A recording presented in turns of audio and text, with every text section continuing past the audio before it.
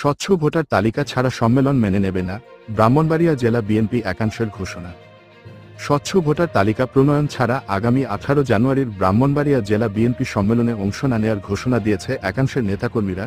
বৃহস্পতিবার দুপুরে শহরের কাচারি পাড় এলাকায় পৌরমুক্ত মঞ্চে তারেক রহমান ঘোষিত 31 দফা দাবি বাস্তবায়নে আয়োজিত সমাবেশ থেকে এই ঘোষণা দেয়া হয়।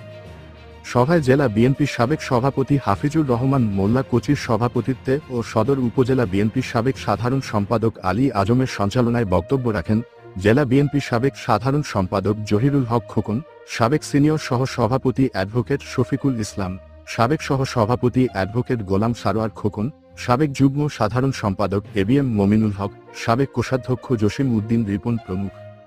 এ সময় বক্তারা বলেন, রাষ্ট্রকাঠামো মেরামতে বিএনপি ভারপ্রাপ্ত চেয়ারপারসন তারেক রহমান ঘোষিত 31 দফা দাবি বাস্তবায়ন করতে হলে ত্যাগী ও সৎ নেতৃত্ব প্রতিষ্ঠা করতে হবে। ব্রাহ্মণবাড়িয়ায় একটি মহল ত্যাগী ও নির্যাতিত নেতাকর্মীদের বাদ দিয়ে ফ্যাসিস্ট সরকারের লোকজন নিয়ে আগামী 18 জানুয়ারি প্রহসনের সম্মেলন করার পায়তারা করছে। তারা স্বচ্ছ ও পূর্ণাঙ্গ ভোটার তালিকা তৈরি না করে যেই প্রহসনের সম্মেলন করার প্রস্তুতি নিচ্ছে তা মেনে নেওয়া হবে না। এছাড়াও বক্তারা সম্মেলনের গণতন্ত্র রক্ষায় ও ভোটের অধিকারের জন্য আন্দোলন চালিয়ে যাবার পাশাপাশি জেলা বিএনপি বৃহৎ একটি অংশ সম্মেলনে যোগ না দেওয়ার ঘোষণা দেন। এ সময় জেলার বিভিন্ন উপজেলা থেকে বিপুল সংখ্যক নেতাকর্মীরা মিছিল নিয়ে বিভিন্ন স্লোগান দিয়ে সমাবেশস্থলে যোগ দেয়।